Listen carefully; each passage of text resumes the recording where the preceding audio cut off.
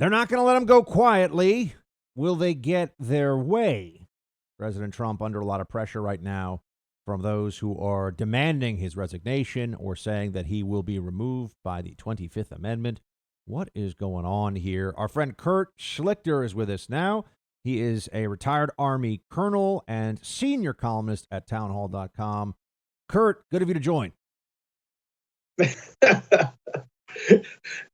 They think they're going to pry Donald Trump out of there without him digging his claws in and leaving a long trail, a long furrow. Come on, he's not going anywhere.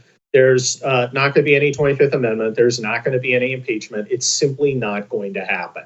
It's silly. It's performance art, and it's more of the same. Buck, we're at a juncture where it's time to turn the heat down. It's time to really unify. And when I say unify, I don't mean all you knuckle-dragging Jesus gun lovers give in and submit.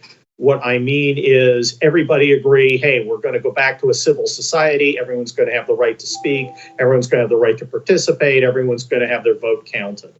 This is exactly the opposite of that. This is attempting to negate the will of the people from 2016, which they've been doing for 4 years and which brought us to this situation. It's stupid. It's immature. And fortunately, it's not going to work. Pelosi, according to Reuters, says she spoke to the chairman of the Joint Chiefs of Staff to initiate precautions for preventing Trump from initiating a nuclear strike. I am serious. Yeah, because if there's anything Trump's for, it's starting wars. I mean, didn't he run on a platform of I start a bunch of idiotic new wars, and I guess a nuclear exchange would be at the top of the cake. There are precautions against insane presidents in place already. Just saying. But again, it's performance art. I mean, who's the person out there who thinks Trump's going to go, okay, I'm going to order them to fire the nukes, which they'll do. And I'm going to kill myself and my entire family, who I love, and all my people, because I'm not going to be president after 2 weeks. Does that sound? Maybe Lynn Wood would buy it, but yeah, Lynn Wood is crazy. And but I just was going to say, this is a reminder of what we saw for 4 years, where even when Trump made a mistake, went too far, did something I don't agree with, it was never the case that the Democrats could just be reasonable in the criticism of it. It wasn't that, his some of his White House advisor picks, for example, were just really, really bad. And they were. I think I haven't asked you this, but I'm assuming you would see it the same way. There were some really bad choices in the administration. It was that those bad choices indicate that he is not of sound mind and he should be removed with the 25th Amendment, right? I mean, it's never just criticism of what Trump does. He's basically Hitler. He's going to start a nuclear war. He's a monster. This is the mentality they have. And I just wonder how we're supposed to react to this now that Trump won't be in office. I don't think the Democrats, to your point about calls for unity or a place for unity now in this country, I don't think Democrats are going to dial all of that rage down. I don't see that happening. No, I think, if I was that kind of person, I might actually pity them, Buck, because now they're not going to have Donald Trump to kick around anymore. They're going to have to be responsible for their own actions and for the results. They've got the Congress, they've got the presidency. It's on them. Now, they won't do that, and their media guys won't do that. They won't accept responsibility. They'll still attempt to shift it off, but it'll become increasingly obvious to normal people who don't do politics 24/7 that this is just a joke. Curt, tell me this. What happens next? Where do you think we go? I mean, that's really, the media, I think it'll be fascinating to watch the transition from all-out opposition to Trump to all-out cheerleader squad for Biden. I mean, that is obvious, right? So everybody's saying, what are they going to talk about now that Trump's not in office?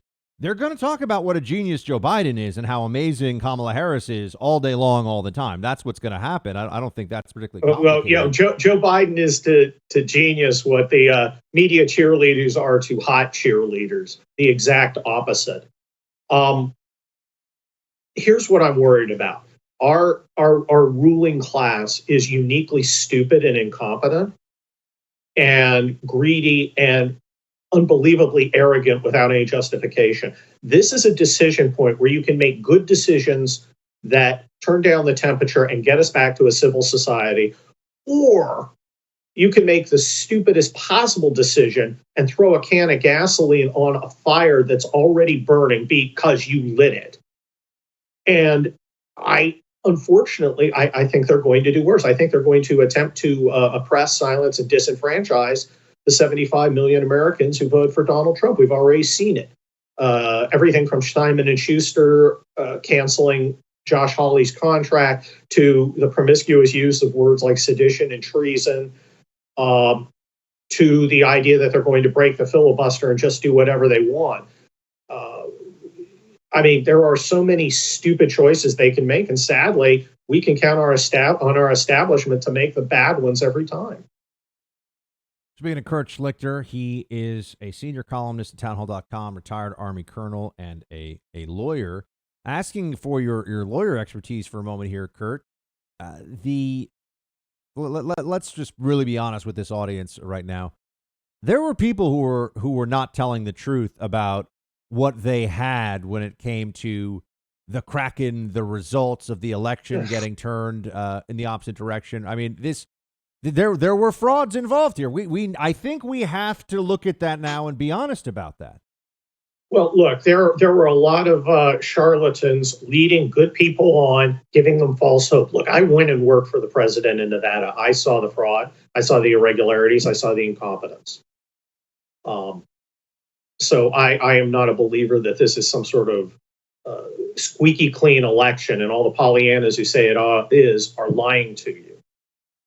That being said, how do you address it? You address it through the procedures we have. Unfortunately, procedures we have are not designed for the kind of shenanigans that we saw. And you could see very quickly this was going to end with Joe Biden being inaugurated. Doesn't make it right, doesn't make it okay, but that was how it was going to end. Instead, you had people refusing to accept the reality of things. And it doesn't mean you're submitting, you're giving in. No, I am a military guy. I'm a lawyer. I assess the situation as I see it so I can better deal with the facts. And now we have a bunch of people standing around who were praying for the Kraken. You know, Buck, on social media, there's a few people, well, Trump's now maneuvered them right where he wants them. No, he hasn't. That hasn't happened. And frankly, Trump's performance over the last 2 months is subpar. He's made a lot of big errors. I'm a big Trump supporter, but I got to tell people the truth. He has screwed some of this stuff up. And I got to say, in addition to that, there is a lesson here, and it's one that I've had a lot of frustration about over the years. Criticizing a politician in elected office from their own side in good faith does not make you weak. It doesn't make you a waffler. It doesn't make you. It's necessary for the best possible administration and the execution of the ideas and the policies that we, the people, voted for. There was on our side. There was a suppression. If you said, I don't like this, I'll tell you, I got this one. I got furious pushback from people because I've been saying for years, nepotism in this White House you can't do that. You cannot have your children as the most senior advisors in the White House determining who you see and who you talk to. But there are a lot of people that wanted more time in this White House, that wanted more access, and they wouldn't say a darn word about it. And then people in the audience, some of them were saying to me, well, Buck, those are the only people he can trust. Really? Because I think he trusted Mike Pence for 4 years, and I think Mike Pence was loyal to him. Yes, he was, and he was treated shamefully. The way that Trump treated him was awful. I don't like saying that. Look, I am a Trump supporter. I think he was a great president overall. But we've got, and you're absolutely right. We have to distinguish between the bad faith criticism of the Goldbergs, who were simply mad because they were kicked out of power based on their own incompetence and failure to perform over decades, with people like us who are like, hey, we like what you're doing. He could have handled this election aftermath much better while still preserving the questions that are legitimate about the election, which need to be looked into. But he is now, because of his actions, the other side has been empowered to make any questioning of the massive shenanigans involved in the election, nearly treasonous in the eyes of, well, stupid people. But unfortunately, a lot of people are stupid. Kurt, so I think you're right. I think we need to. I'm sorry, we had a little bit of a delay, so I don't mean to step on you. But I just was going to say we have Nevada. You talked about you were in Nevada looking at these results, and I talked to Matt Schlapp. He's a friend. He was in Nevada as well. He said he saw bad stuff. So I got people that I know are squared away and understand what's what. They're telling me that there were clear problems. Let's just looking at Nevada for a second. I mean, Sean Parnell is also a good friend. He says there are clear problems in Pennsylvania. Why couldn't we get one?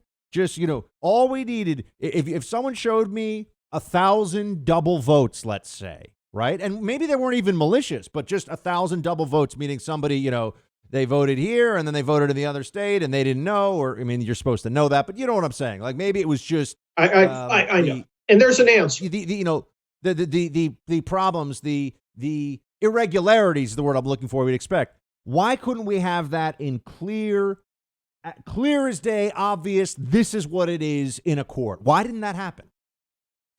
There are a couple reasons.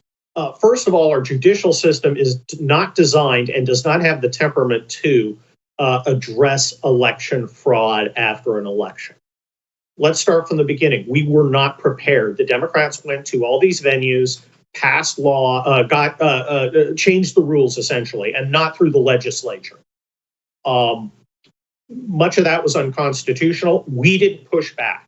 We didn't have our own campaign to ensure electoral fairness. When I got to Nevada, there was one lawyer on the ground from the RNC. One. Great guy. It was a good team. We did some good work.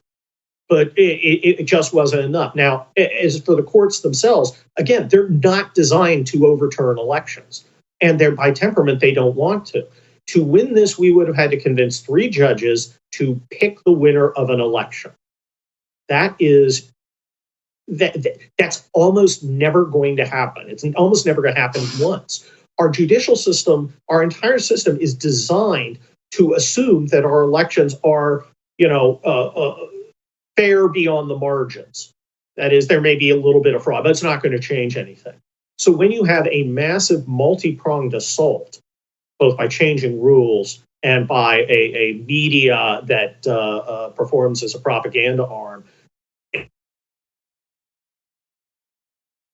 frauds, the system's simply not designed to do that. If I had a fraud case, Buck, I would spend 2 or 3 years in discovery. I'd take 1,000 depositions, a bunch of depositions. I'd have plenty of time to do it. We'd write motions back and forth. We would work it up. You've got weeks.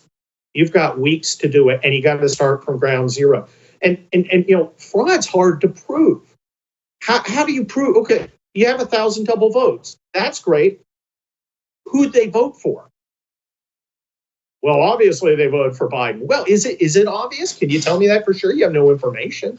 You just know there were double votes. You can't just assume. Our system's not designed. Our judicial system is not designed for the kind of electoral problems that we saw. So, I mean, while you've got to address them and you've got to try and make your case, the procedural things, including standing and timing, latches. We've all learned the word latches lately. Haven't used it since my bar exam, but it's just not designed to handle election fraud. It doesn't do it well. It's very frustrating. It's very frustrating. It is. And It you is. add all this together, and I understand why there's so much anger out there about just the whole the whole thing. The whole thing just stinks. I'm angry. Anyway, Kurt, I appreciate you. I appreciate you joining and share some expertise. Thanks so much. Senior columnist, townhall.com, and veteran Curt Schlichter. Kurt, we'll have you back soon. Hey, Team Buck, thank you so much for watching The First on YouTube. If you like this video, please click that little thumbs up button so then it will log as liked. And also, if you want to see more great content from The First, please click subscribe.